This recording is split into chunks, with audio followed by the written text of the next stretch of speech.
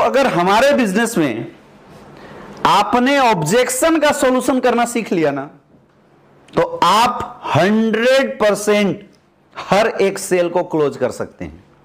यह बहुत बड़ी आर्ट है और हमें सीखना बहुत जरूरी है। यह कोई बहुत टफ चीज नहीं है। कई लोग बोलते हैं सर मैं जवाब नहीं दे पाता हूं, या सर मेरे जवाब लोग सेटिस्फाइड नहीं कर पाते, या सर मैंने सब कुछ रट लिया। देखिए, प्रश्न का जवाब देना वाकई में आपके पास लिखित पड़ा हुआ है या आप कहीं से देख के रट सकते हैं, लेकिन जो कन्वर्जन है, जो सेटिस्फैक्शन है, वो केवल रटा रटाया जवाब देने से नहीं आएगा। जब आप किसी को प्लान दिखा रहे हैं, सामने वाला मना कर रहा है या कुछ प्रश्न पूछ रहा है, इसका मतलब उसके दिमाग में डाउट है। आपको वो डाउट पकड़ के खत्म करना पड़ेगा, और ये बहुत ही आसान है। अगर ये 6 स्टेप्स हैं, इस 6 स्टेप से आप ऑब्जेक्शन सॉल्यूशन करना शुरू कर देते हैं मेरे दोस्त, बहुत आसानी से आप लोगों की रिजल्ट बहुत आसानी से कन्वर्ट हो सकती है। सबसे पहली चीज, ऑब्जेक्शन सॉल्यूशन में 3F रूल को आप लगाइए। Feel, felt and found. जब तक आप सामने वाला ये ऑब्जेक्शन क्यों कर रहा है, इसकी रियल वजह जब तक आप नहीं समझेंगे, तब तक शायद आप जवाब नहीं दे सकते हैं। तो पहले सामने वाला क्वेश्चन क्यों कर रहा है, इसको फील कीजिए, देन फेल्ट महसूस कीजिए, और तब आपको अंदर से जो जवाब आती है वो जवाब आपको देना चाहिए। 6 स्टेप्स हैं ऑब्जेक्शन सॉल्यूशन के, आप सारे लोग नोट भी कर सकते हैं, लिख सकते हैं। सबसे पहला स्टेप्स, सामने वाले ने जो भी प्रश्न आपसे पूछा, सर मेरे पास समय नहीं है, सर मेरे पास पैसे नहीं है, मैं ये बिजनेस नहीं कर सकता, सर मैं 2 नहीं जोड़ सकता, प्रोडक्ट बड़े महंगे हैं, कंपनी भाग गई, तो जिस भी प्रकार का कोई भी क्वेश्चन लोग आपसे पूछे, ABCD कोई भी क्वेश्चन हो, कुछ नहीं करना। पहला स्टेप आपको करना है, चेहरे पे स्माइल लानी है। क्या करना है? चेहरे पे स्माइल लानी है। चेहरे पे स्माइल लाते हुए आप बात करना। अगर आपने चेहरे पे मुस्कुराहट ला दिया ना, तो आपका 50% तो काम ऐसी हो गया। कई लोग क्या परेशान हो जाते हैं, यार इसने क्वेश्चन ऐसे कैसे पूछ दिया, इतना मेरा यार दोस्त था, ऐसे कैसी बातें इसने कर दिया। दोस्तों, ऐसा करने से आप गेस्ट के दिमाग में नेगेटिव इंपैक्ट डालेंगे। लेकिन अगर आप मुस्कुरा गए तो सामने वाला भी समझ जाएगा यार बंदे को जवाब आता है। तो कोई ABCD किसी भी प्रकार का प्रश्न आपसे पूछे, आपको सिंपल सा क्या करना है, चेहरे पे मुस्कुराहट लानी है। और पहला स्टेप जो आपको करना है, सामने वाले के हां में हां मिलाना है। याद रखिए, इस दुनिया में किसी को विरोध करके आप जीत नहीं सकते। अगर आपने किसी के प्रश्न का विरोध कर दिया तो आपका सॉल्यूशन डिबेट में कन्वर्ट हो जाएगा। और यार डिबेट में कभी अपना फायदा तो होता ही नहीं है। अगर आपने सामने वाले को हरा दिया तो शर्म से वो आपके साथ ज्वाइन नहीं करेगा, और अगर आप हार गए तो हारे हुए के साथ कौन ज्वाइन करता है।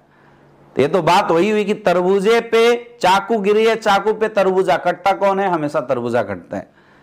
इसलिए आपको डिबेट में नहीं पढ़ना है। सबसे पहला उसके हां में हां मिला लीजिए। जब आप हां में हां मिलाएंगे तो सामने वाले का दिल के साथ आपका कनेक्शन जुड़ जाएगा।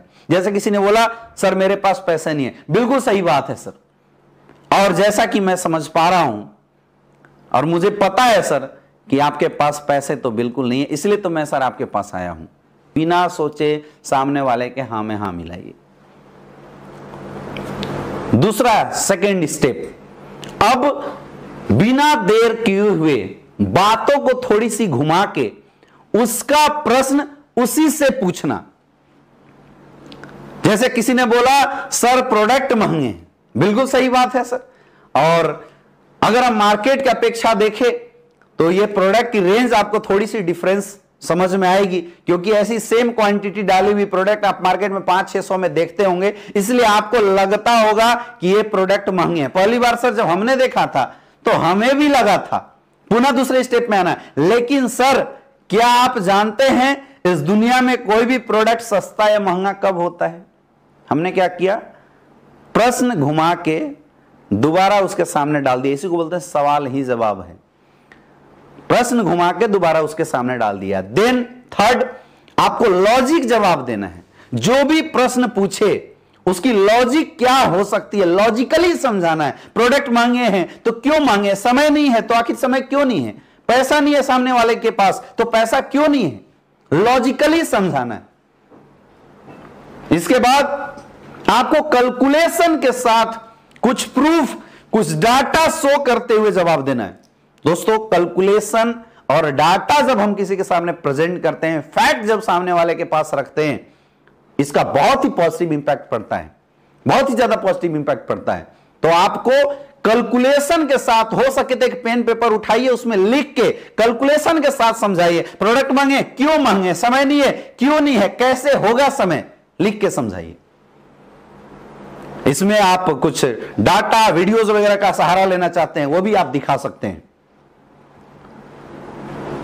नेक्स्ट स्टेप, अब इमोशनल जवाब देना है। बहुत इंपॉर्टेंट पार्ट है, इमोशन के साथ कनेक्ट करना। इस काम का या ये जो समस्या है इसकी जिंदगी में, इसकी वजह से इस समस्या ने इसकी लाइफ में कितनी इमोशनल लॉस किए हैं, यह एहसास दिला देना।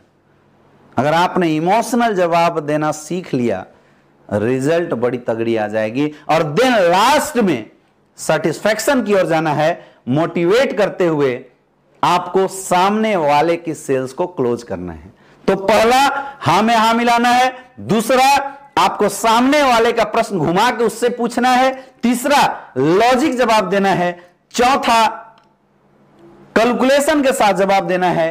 पांचवा, इमोशन के साथ जवाब देना। और छठा, मोटिवेशन के साथ आपको फाइनल क्लोजिंग करनी है। ये जो 6 स्टेप्स हैं, ये जिस तरीके से मैं आपको बता रहा हूं, उसी तरीके से 1 बाय 1, स्टेप बाय स्टेप अगर आपने जवाब दिया तो मेरे दोस्त कन्वर्ट हो जाएंगे। कई लोग गलतियां क्या करते हैं, पहले लोग इमोशनल जवाब दे देते हैं, बाद में कैलकुलेशन, फिर घुमा के पलटते हैं। ये सेम जिस सिस्टम से दोस्तों आपको मैं बता रहा हूं, उस तरीके से आपको प्रश्न का जवाब देना पड़ेगा। और अगर इस तरीके से, सिस्टमेटिक तरीके से आपने प्रश्न का जवाब दिया तो गारंटेड 100% जिस इंसान के पास आप बैठोगे उसके प्रश्न की डाउट क्लियर करके, सेटिस्फाइड करके आप 100% वहां से रिजल्ट निकाल लोगे। यह तरीका आपको सीखना पड़ेगा।